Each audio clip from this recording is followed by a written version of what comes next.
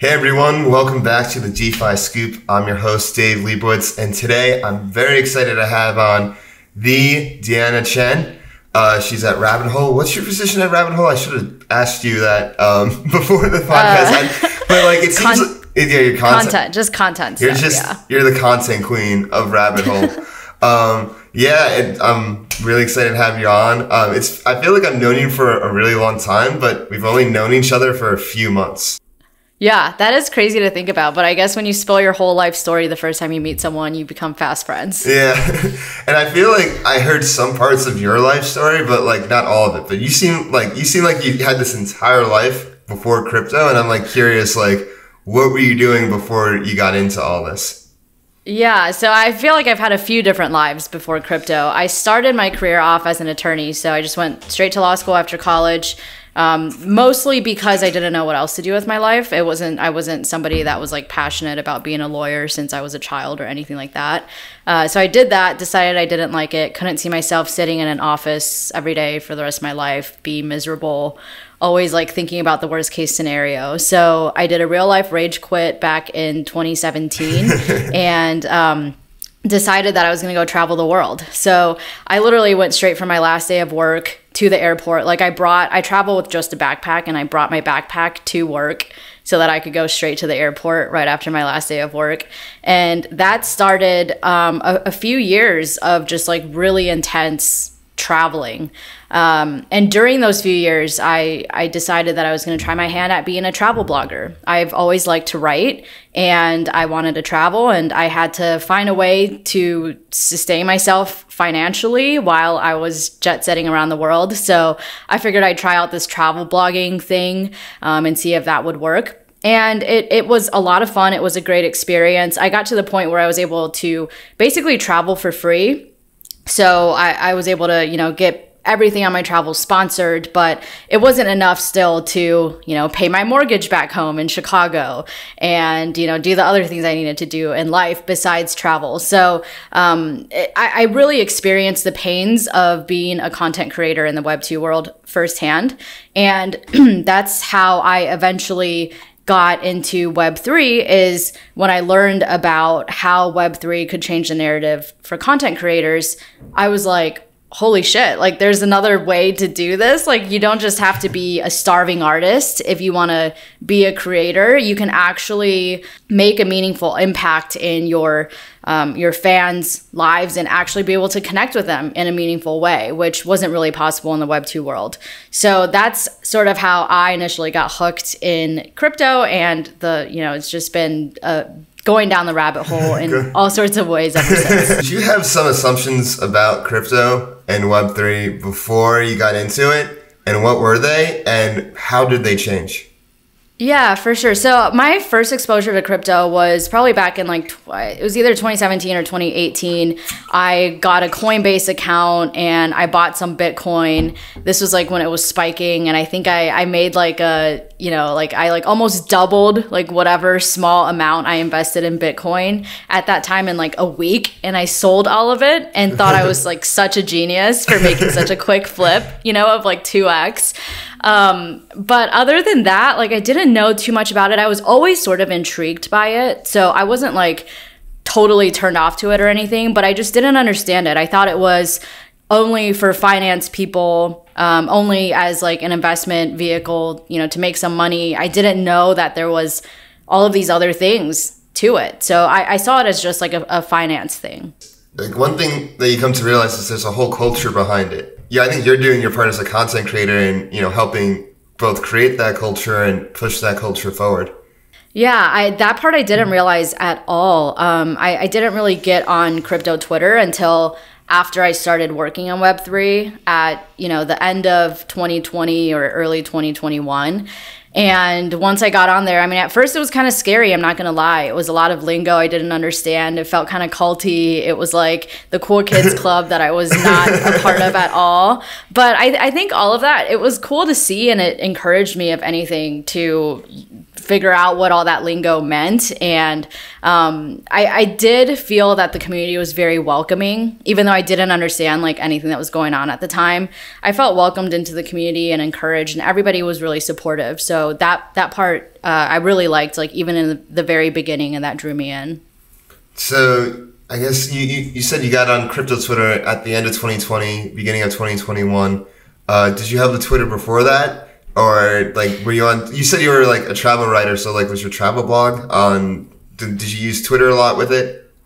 Yeah, I did. I've had my personal Twitter since I think like 2009, you know, whenever Twitter came out, and I just made an account, but I never really used it very seriously. Mm-hmm. So I just revived that. And now looking back, had I known what this whole Twitter thing was going to turn into, I probably would have made a new account and made it a little more anonymous, or just like my name is literally in my Twitter handle, so there's no way for me to like go anon at any point, but that's okay. And then for my travel blog, I had a separate Twitter account, and that was like a whole different experience. So I was on Twitter a lot for the travel part, but with the travel community, it was all about like using these, they had these like weekly chats where you would just log on for like an hour and hashtag these things, and people would post questions and everybody would answer them.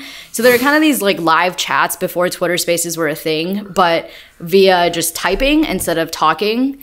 That was really the big thing in the travel community, but there was not any of this, like it was just a totally different vibe from crypto Twitter. What were you, like, how'd you join Rabbit Hole, and like what were you doing before Rabbit Hole? Like, what was your like first job? Like when so you decided to go full into crypto and Web3, and then did you like get on crypto Twitter first, or did you find a job first? Like, what was kind of like the flow of that? Yeah. So to back up a little bit more, so I was travel blogging, and then did that for a couple of years, decided it was, you know, really difficult to make a full-time living that way. So I was like, oh, I got to go find a real job now. So I went and got a real job at a content marketing agency.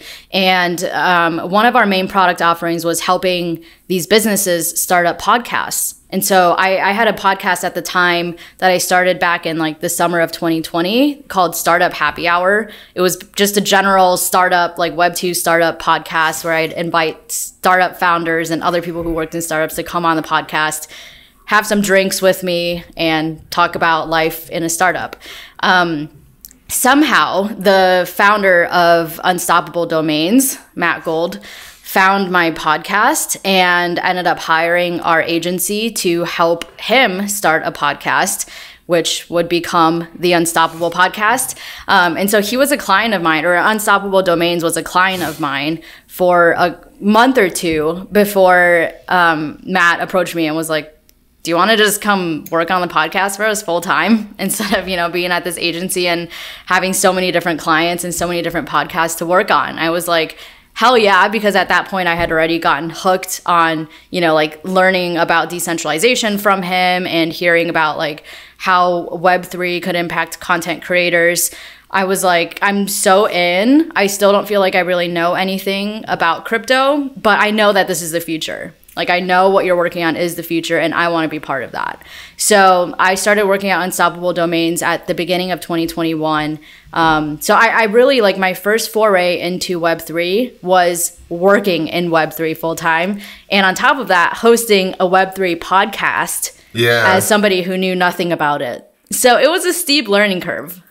What were some of the first things that you struggled with? Because for anyone, I feel like for me, it was really intimidating at first, because I like got into it in 2017, and you just feel like you don't know anything. Hell, today I still feel like I don't know anything. But like, what were some of the first things that you like really struggled with, and what was the first things that started to click to you?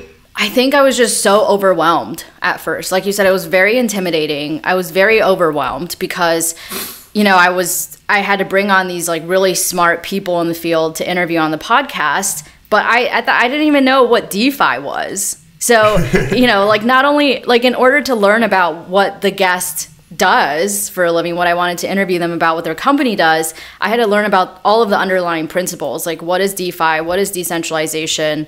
What does all of this mean? So it was just a lot of stuff, like a lot of information thrown at me at once. I think that was the hardest part. on top of that, like the lingo was a big thing. Like like coming from the law world, like attorneys, I'm sure if anybody's talked to an attorney before, it sounds like they're speaking a different language. And that's kind of how I felt coming into the crypto world, is like, oh, now I have a totally new set of language that I have to learn now in order to even have a conversation with somebody, and be able to respond to it and carry it on. So it was really just the quantity of stuff that was intimidating. But I think this, like, NFTs probably started to click for me first, just because I was more, well, A, NFTs were blowing up at that point, and B, I was really intrigued by it, really interested in how, NFTs can change the lives of so many creators from the Web2 world. So that was the thing that probably started clicking for me first. I would say DeFi was probably like a later click for me. I'm not sure that, like, I would still say that DeFi is my like least knowledgeable area of Web3. But you made it to the DeFi scoop. Congratulations. You must be doing something right. I know. Well, that's why I asked you. I was like, what do you want to talk about? Because it can't be DeFi. Yeah. No, this podcast has evolved into talking about everything. I've had people from DeFi to NFTs to DAOs. It's just people I find interesting who I want to talk to. And like, the next thing I want to ask is, what, as someone, now that you're like, are in the space, I feel like you really take it upon yourself to help other people understand the space, because you realize, as someone like that's just got in like past year, it's just like, damn, this shit is really hard to understand. Like, how can I make it easier for people to understand? So do you find like people struggle with the same things that you struggled with? Like people trying to like get their like toes wet in the space for the first time struggle like what you're understanding, or do you find they struggle with like different things? Like, what do you find to be the biggest roadblocks for people understanding Web3? Yeah, so I've given this a lot of thought, and I think there are two main sort of like roadblocks that people face when they first try to enter into the space. The first one, I call it the confidence chasm and a curiosity chasm. So curiosity chasm is really just they're not interested, and that could be for a number of reasons. Maybe they were like me and they think Web3 is only about finance and there's nothing else in it, and they're like, I'm not into finance, why would I be into this? Okay, that could be one of the reasons. Maybe it could be, I've talked to people who are like, crypto, like, I'm not smart enough to like work in crypto. And I'm like, what? Like, what do you mean? Anybody can work in crypto. You just have to be interested and go out there and learn. Yeah. So there are a lot of reasons for that. And then the confidence chasm, I think, is caused by also a number of reasons. And it could be that, they're like, well, I don't see anybody in crypto who looks like me. And they're like, it's just a bunch of white dudes in the space. Like, why would I want to be part of that community? Like, I'm not like them. Or it could be, back to what I said, like people think I'm not smart enough to ever work in crypto. Or it could just be they've tried going on crypto Twitter, they see all this lingo and they get scared. So I see those two as being like the curiosity chasm and the confidence chasm as being the biggest roadblocks for people. And so when I think about how do we break these barriers down and how do we be more welcoming to newcomers to the space, I think, how can we break down the curiosity chasm? I think that's about showing people that there really is something in crypto for everyone. And so that's like one of my main goals on the podcast, is to bring on people from all different backgrounds to talk about, things that they're interested in and how that ties into Web3. So for instance, we might bring in a professor, like a university professor in psychology, to talk about like human psychology and how that relates to how people operate in the context of a DAO. And just to show people that, like you can be a liberal arts major, you can come from any kind of background. You don't have to come from a tech or a finance background in order to find something interesting in here in this space and to be able to contribute. To break down the barrier of the confidence chasm, I think that's about, also from the standpoint of the podcast, bringing on a diverse group of guests. And so bringing on females, bringing on minorities on the podcast, and to showcase different voices, so we're not only hearing from like a white dude from the United States talking about like what they think crypto is. Yeah. And do you notice with this diversity of perspectives that each, group of people view crypto differently?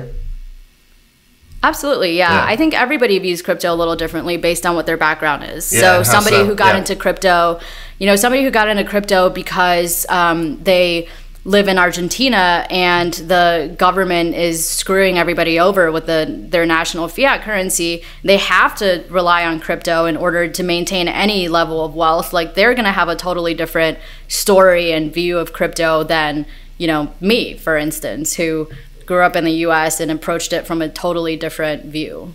For someone like me, I feel like I've been in it for like a long time, and people ask me all the time, like how do I get into this? Like, how do I understand? Where do I start? Like, what's the best way for me to like put crypto and Web3 in like a bite-sized package for people to like understand and like lead them on the right way to go?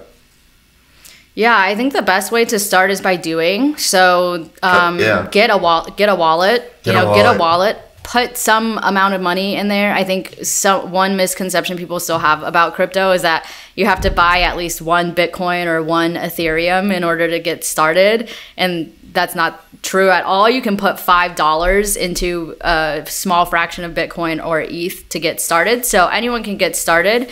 And then just like do some things, you know, like buy some crypto or buy an NFT, whatever you're interested in, like go and do that thing. And then get on crypto Twitter and get involved in the community. I think that's the best way. I think that's probably the most important thing, because it's like one thing to get a wallet, but it's a whole nother thing to be part of the culture and community of crypto. Yeah, and be curious. Like when you hear things on podcasts that you don't understand, or when you read things on crypto Twitter that you don't understand, just Google it, do your own research, figure it out, you know, and that's how you'll learn.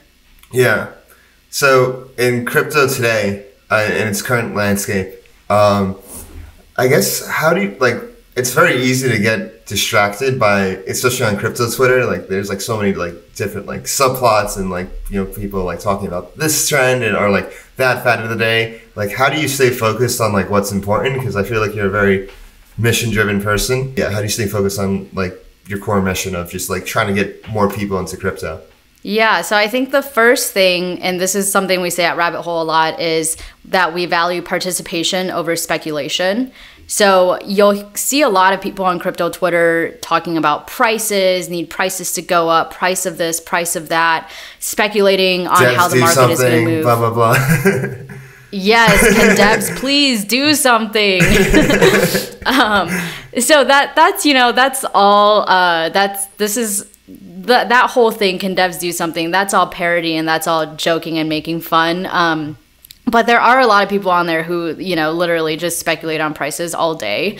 That's the kind of noise you want to stay away from. You want to value participation over speculation. So like, what does it mean to actually be part of the ecosystem, contribute to the ecosystem, build for the future? What does that mean? What does that look like? And for everybody, it's going to look a little different depending on what types of things you're interested in. So like for me, I've been interested in NFTs from the beginning, like more recently been getting into DAOs a lot more. So that's kind of my area of focus and like where I stay focused. And I know like DeFi isn't really my thing. I think it's important to know at least like the basics of all of these different things, but like DeFi isn't an area where I spend a lot of time learning about or following people on crypto Twitter or engaging in conversation, because it just doesn't interest me as much. And that's fine.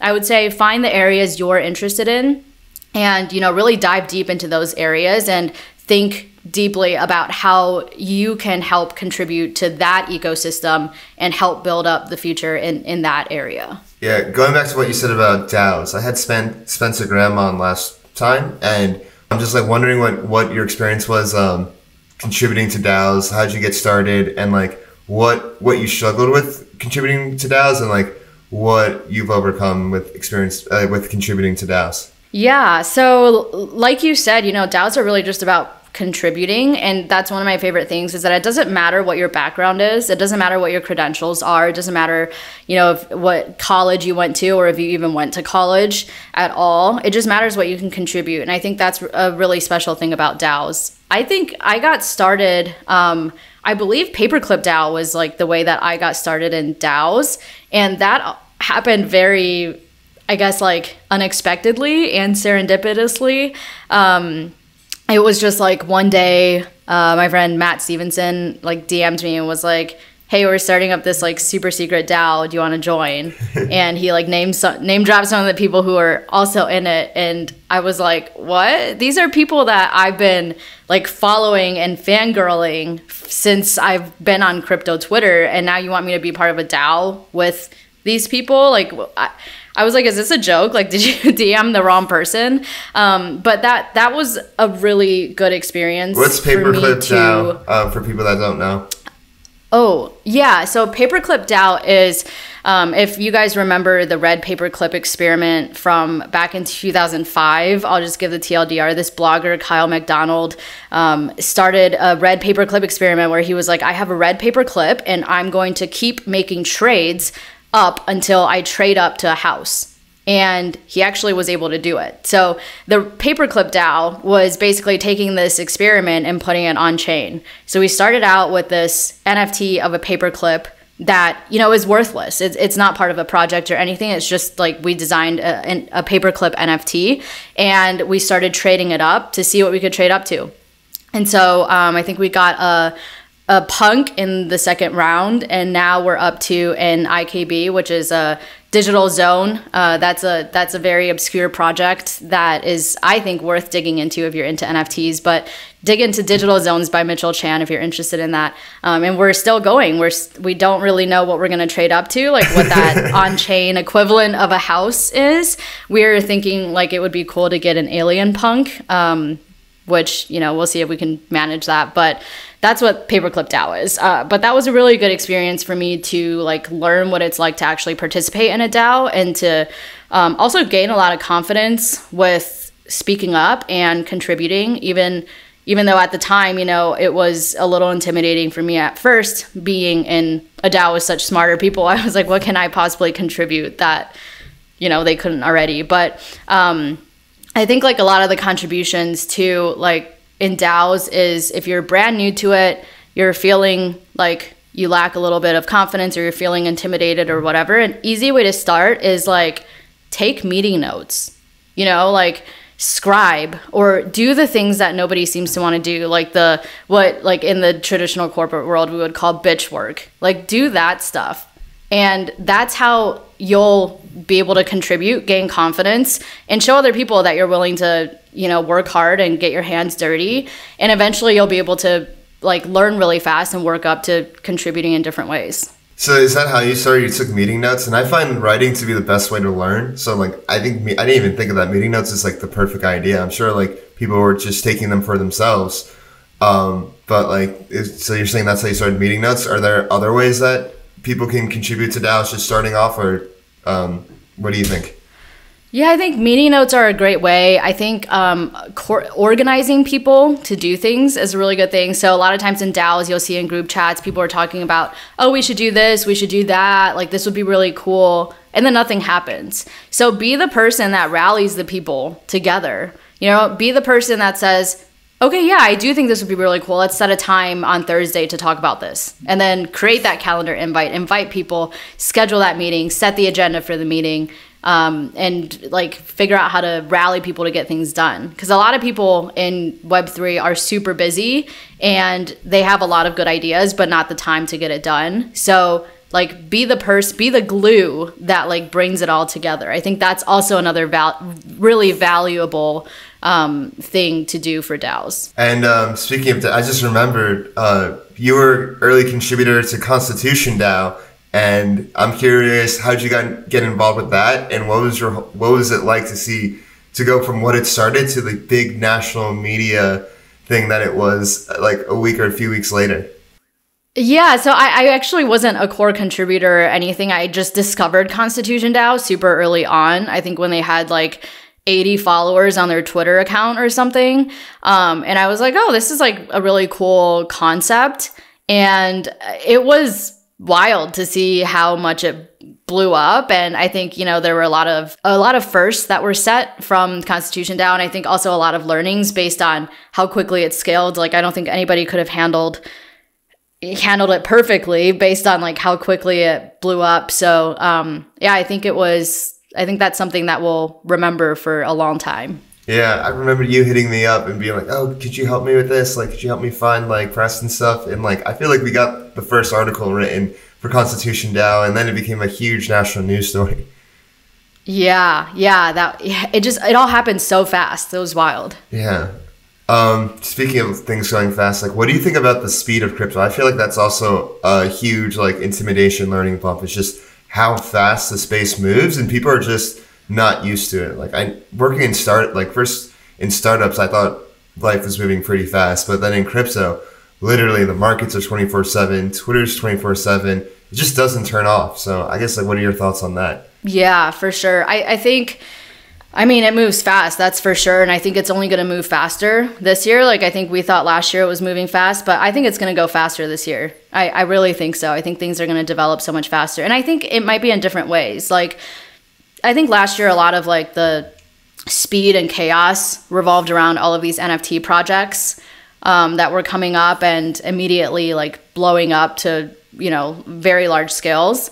I think this year it's going to be a little more focused on like the back end building side of things. And I think like on the front end, NFTs will definitely still be at, the surface of everything. But I think it'll be more than just these like 10,000 PFP projects or even NFT art. I think, NFT in gaming is going to be a really big thing this year. I think the Metaverse is going to get built out so much more this year than it has in the past. And that's, it's sort of like a whole other conversation because Metaverse is such like an all-encapsulating word. Yeah. How would you define the Metaverse? Oh, gosh. The Metaverse, you know what? My favorite definition of the Metaverse comes from Emma J. McKinnon Lee from Digital X.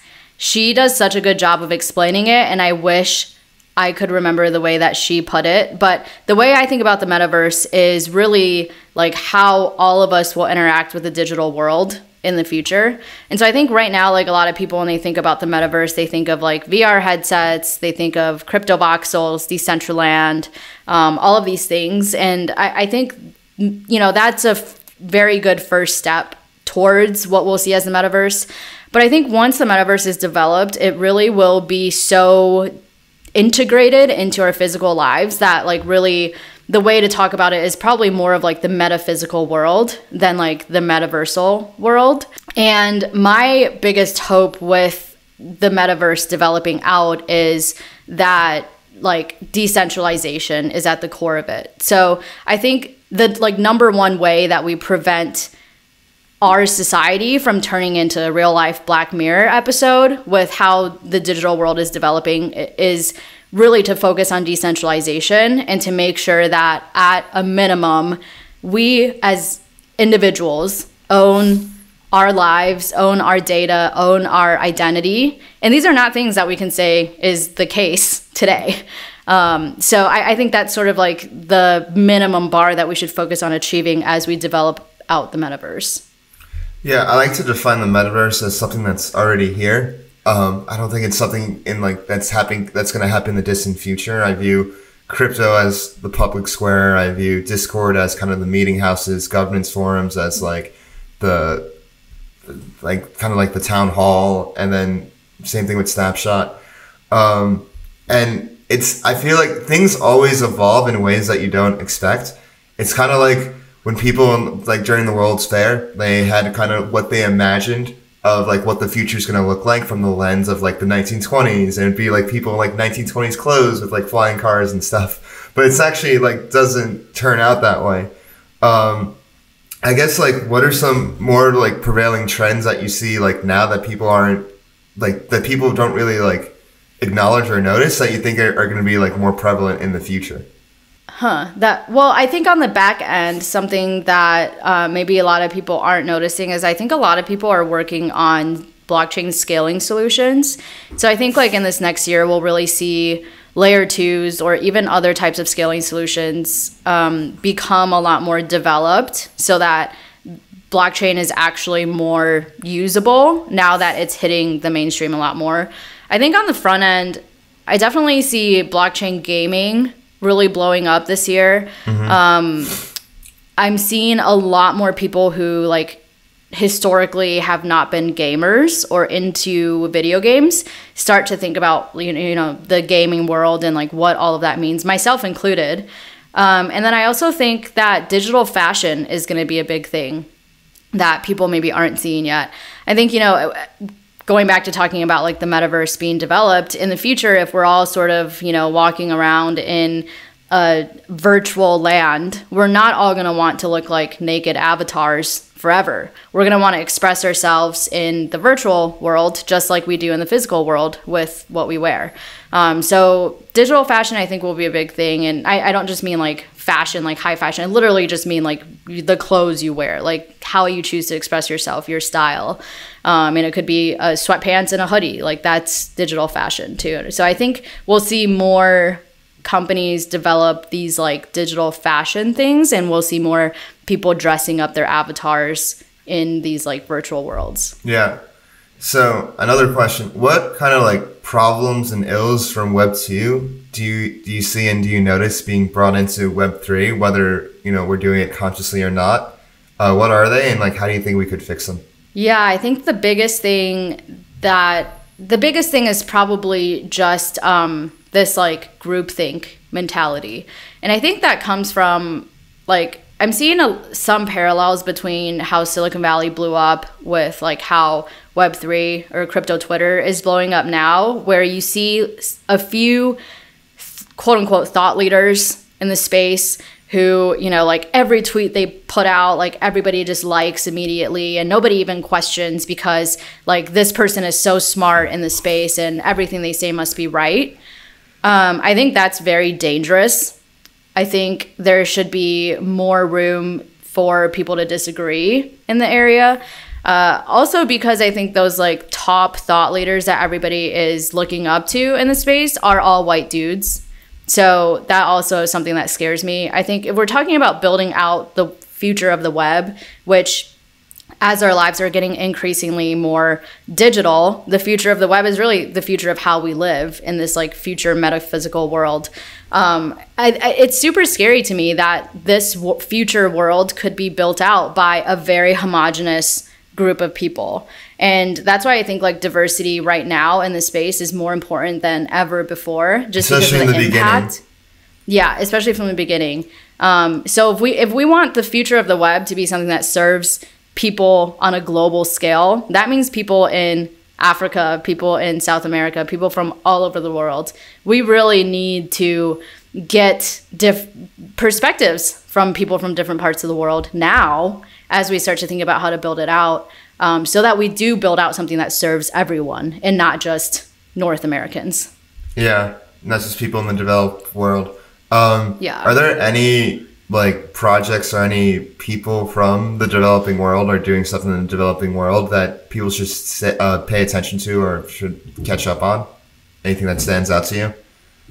Yeah, I know there are quite a few people in Index Co-op, like active contributors in Index Co-op who are from Nigeria and other parts of Africa who have like really interesting perspectives. And I think, people should make an effort to really like step outside of their immediate circle of friends and talk to people like that. I also think there are, some voices I've heard from Argentina and Venezuela.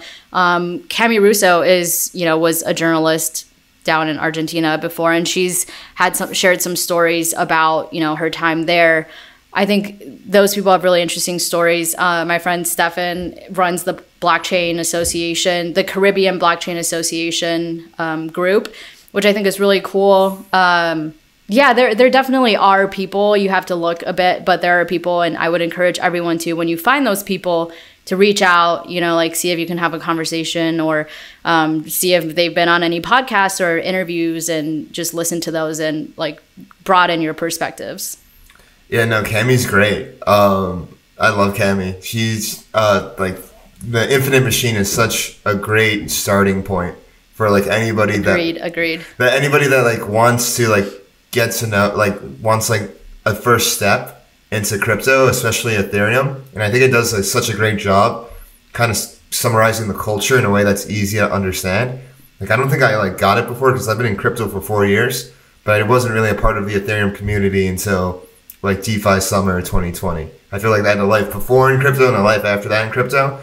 And then more so in like when I read it in the beginning of 2021, I was like, okay, now I get it. And then kind of seeing how everything has played out over the past year, you know, it's very easy to fall into short-term games and not into like the real like long-term meta game. And like I feel like I've definitely been guilty of that, like getting distracted and stuff. For sure. But I guess like what world do you want to see come out? Like if like what is the like ideal world in like Web3? Let's say like Web3 is as big as like Web3 down the line, like 10 years. It's like the Metaverse. We don't even like think about it as like something like in the distant future. It's with us now. Like what kind of like world do you want to see? So I want to see opportunities decentralized, which, you know, makes things a lot more equal, egalitarian, which means that, you know, somebody in Africa has the same opportunities as somebody who grew up in the US. You want everything flat. That basically everything flat. Yeah. That, you know, like a 16-year-old kid who has really smart ideas and wants to build something can go ahead and do it. That you don't have to, you know, go to college, spend a ton of money on a college degree and have this sort of like hierarchical system that anybody that wants to contribute can contribute. I would love to see that. I would also love to see like ownership of our own identities and data. I think that's another big thing for me is I would like to see, you know, a world where like these Facebooks and like centralized behemoths no longer exist and that we actually have full control of our identity, of our data. If you want to have data about me, you have to either, you know, like pay me for the data, get consent from me to get the data, but that I'm not worried that like I'm just out there giving these like centralized entities all of my information for free and I am actually the product instead of the customer or the user, when I really should be the customer. I feel like there's a social, I mean, this is how I put it, there's a social contract between us and Web2 companies. We'll get their services for free if we provide them with data. But the problem with that was they took advantage of that, like to such an extreme, to like actually to the point where it was disgusting. And we don't even realize like how much data we're just giving them. But it's just for us to like go like live about our digital lives, like it's just something that we have to do. And I mean right now too like a lot of the data they're collecting about us is like our user behavior, which is scary to think about. Like I don't really want strangers to know what like about my behavior or my interests or anything like without me telling you. But in the future, if you think about how for instance like wearable technology is developing and how that's going to impact like health data tracking and stuff like that, like they could be getting so much more information about our bodies, that like our heart rate, our, you know, like our body composition, which like feels even more of a violation of privacy than like even, you know, having data about our behavior and our interests and things like that. So it could get scary real fast if we don't work on decentralizing things. Yeah, I actually read something recently that like one data point isn't significant. It's data together in a conglomerate is what makes it valuable. And I think a big challenge is like, how do we reward individuals for giving us the data if the data individually isn't valuable? It's valuable in a cohort. And one thing I heard that, just make like the data is like a public good. And like we're kind of like rewarded at scale equally to like everyone. And there's like a lot of things that need to be figured out, but like I never thought of it before, because people think of like, like the data should be like an exchange between like the individual and the company, but in reality it's between like the group of people and like whatever entity. Yeah, that is an interesting way of thinking about it. I haven't thought about it that way, but maybe data could be a public good for sure. Yeah, I hope that like Web3, like we like kind of like return to being public goods, because like right now, like I can sit like the way I described Twitter was it's like the public space, and like same thing with like Instagram or like Facebook. They're these social spaces that we populate, and I feel like we're just in these kind of like monarchies that we're at the whim of like the centralized entities. If you like say the wrong thing, and boom, you're just booted, and there's like no proper recourse. There's no, So I guess like another thing I was gonna ask you is like, how would you define decentralization? You've been saying that word a lot. So like, what is like decentralization to you?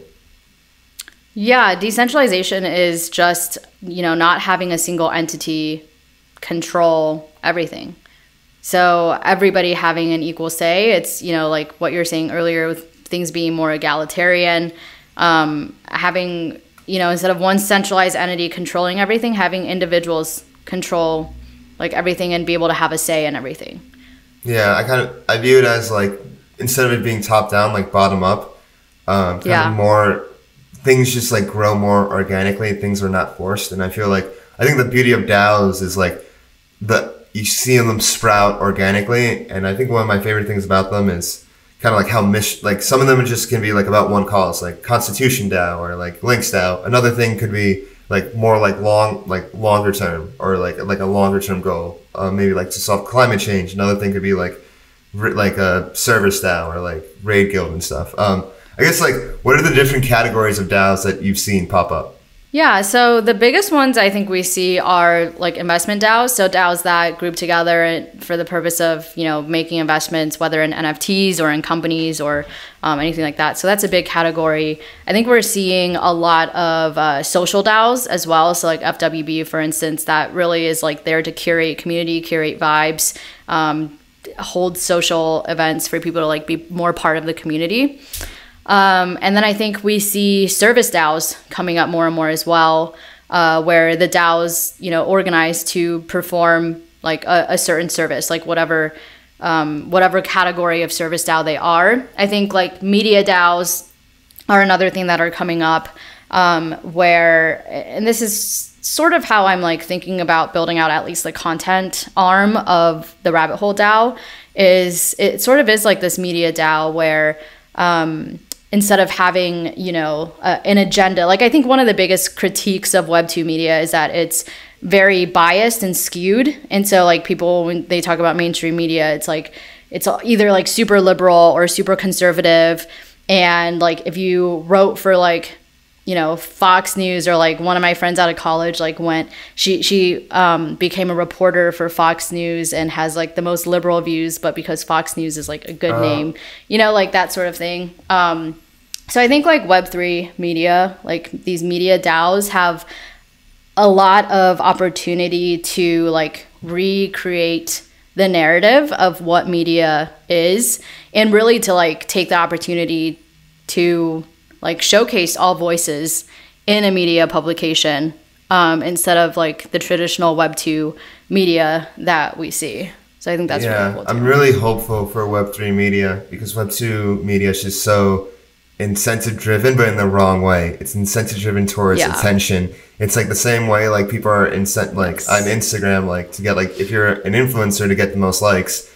It's the same thing for media companies. With their stories, it's all about I remember like working in content, it's all about the hits, the amount of hits that you can get. And the more hits you get, like that's like the ultimate KPI. And like when that's the ultimate KPI, then a lot of things like quality get ignored. And so it's just like, how can we incentivize quality in the world of Web3? Like, what do you think? The one thing that I'm seeing a lot of is that there really is so much talent in Web3. Oh yeah. And so starting to build out, like the this like Rabbit Hole DAO and like the media arm of that, I've seen that there is like quality honestly has not been an issue for us, because there are just so many talented content creators from the Web2 world who are willing to step up and create content for Web3.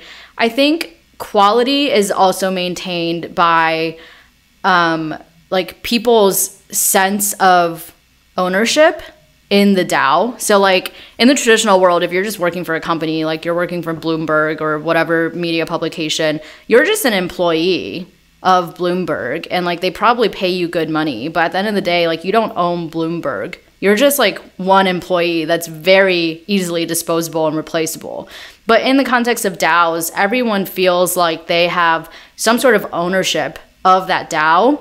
And when you feel like you have ownership of this organization, I think you will naturally sort of step up and like make sure that you're working a little harder and that your quality is better, because you care more. Like you're not just an employee, you're not just a cog in the wheel that's getting paid some dollars to create this content, or to like incentivized to crank out as much content as you can so you can make as much money as you can. It's really about like furthering this like shared mission that we all have, and doing whatever it takes to get us there, which, you know, is in the context of media, is going to, like, quality is an important thing. Yeah, I think the most important thing is that it comes from the heart, and that's not something you can pretend. It's not something you can pay for. It's something that comes from within, and like doing work that both you're proud of and doing work that, you know, that you want to share, both like you want to share with the world and like you're like proud of sharing. And I feel like that's what you really do at Rabbit Hole, and honestly, like, I've listened to a few of your podcasts and I love them. I think that, like, whenever people ask me, like, oh, like, how do I get into, like, Web3? Like, I don't what about DAOs? I just, like, refer them to your podcast. Like, I love the podcast you had with Jim, because, like, Jim's, like, I love Jim. He's a super smart dude, but you were able to, like, put the podcast in a way and, like, frame the conversation in a way for, like, anybody to understand. And so I just want to give you kudos to that. Oh, thanks, Dave. Yeah, I really appreciate that. And that was really the goal of, like, this initial season that we called season 0. It's almost like a pre-season to the podcast. It's just 10 episodes, really short season of, like, these 101, explaining all the different areas of Web3 in as basic of a way as possible. So, like, DeFi, NFTs, DAOs, and then the one with Jimmy, I think people really enjoyed, because that one was all about, like, Web3 culture and vibes, and that's, like, something that's hard to explain in words. Yeah, but honestly, Jimmy is so good at explaining, like, unexplainable things, you know, like vibes. Like, he's just analyzed everything down to, like, the nitty-gritty, that he's able to actually talk about these things and explain it in, like, really easy to understand way. So yeah, that was one of my favorite episodes too. Yeah, I should get him on this. I'm, like, very curious of, like, what he comes up with at Aave doing his experiments and whatnot. Yeah, he's really into DeFi too, so if you want to talk to him about DeFi on the DeFi Scoop. No, yeah, for sure. Yeah, return to tradition. return to DeFi. Yeah, if people, like, wanted to, like, go into, like, Web3, like, where would you, like, point them to? Like, right, like you said, like, participation. Like, how would you, like, sum up this interview in, like, one word, if, like, people wanted to, like, go out and, like, start doing stuff in Web3? I mean, one word. Yeah. Like, 3 words would be like, just do it. Yeah, just do it. Just do it. Just do it. Just do it. Don't be scared. But yeah, like, yeah, just show up. I mean, just do it. Showing up is like 85% of the battle. It totally is. And then just, like, one other thing I would say that I didn't say earlier when we were talking about, like, how fast crypto is moving and stuff. Like, you're going to see crypto moving super fast this year too. And one thing that I just want people to, like, think about is it's really easy to get burnt out in crypto because it moves so fast. Things are happening a mile a minute and the markets are 24/7. It can be really, really easy to get burnt out. I think still maintaining that, like, work-life balance is really important. Recognizing that, you know, there are things in life outside of crypto, I think, is really important. And this is something that, like, I've seen even people with huge followings on Twitter saying things like, you just got to hustle, you can't sleep, it's a 24/7 market. Like, I think that's honestly, like, very, very toxic of messaging to put out to people, especially newcomers to the space. It's romanticizing this hustle culture. Yeah, or it's like, if you're a hustler and you want to hustle, fine, do it. But don't, like, promote that for everybody else, because most people are not hustlers, and you're just going to drive them to total burnout, you know? And the worst thing to do is to make a fun thing not fun by overdoing it. It's like when, like, a new song comes out that I really like, I'll listen to it, like, 1,000 times on repeat until, like, I can never listen to the song again because I hate it because I've heard it so many times. Like, don't do that. I guess, like, I think that's a huge problem too in crypto, is just because of the 24/7 hustle culture. There's such a pressure to, like, always be online and stuff. And so yeah, I guess, like, what are some things we could do to, like, you know, let's have a more balanced life, and, like, things like people can do to, like, stay healthy and, like, stay in their top performance? Yeah, I mean, I try to tweet every week, like every weekend, you know, here's your weekly reminder to step away from your screen and go outside. I think, like, going outside is really important, but that's just something I love to hike, like, be outside, do things like that, like, get active. Whatever it is you like to do, it can be, like, painting, it can be knitting, it can, like, whatever you like to do, like, ride horses, like, it doesn't even matter. Like, just find a hobby outside of crypto and go and do that once in a while, because that'll really help clear your mind and help you like feel more focused to contribute in this space after you've taken a break. My favorite thing to do at conferences is to ask people like, what's something outside of crypto that you're into? And you won't believe like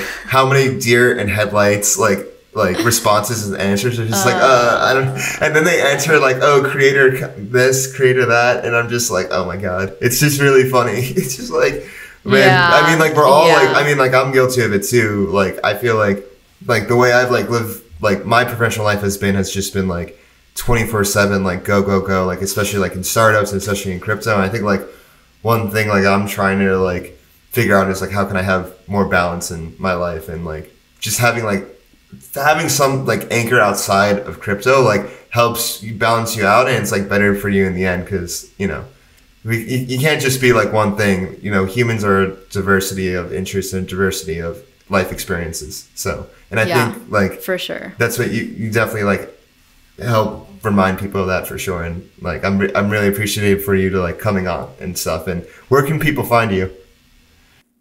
Yeah, well, thanks so much, Dave, for having me on. It's always a pleasure to chat with you on or off a podcast. If people want to find me, the best way is just on Twitter. I'm at DDW Chen on Twitter, so you can find me there. Cool. Thanks for coming on. Thanks everyone for listening, watching, like, subscribe. If you like it, let me know in the comments who else you want on. And yeah, I'll see you guys around. Thanks for listening. Thanks for coming on. Thanks, Dave. Bye. Bye.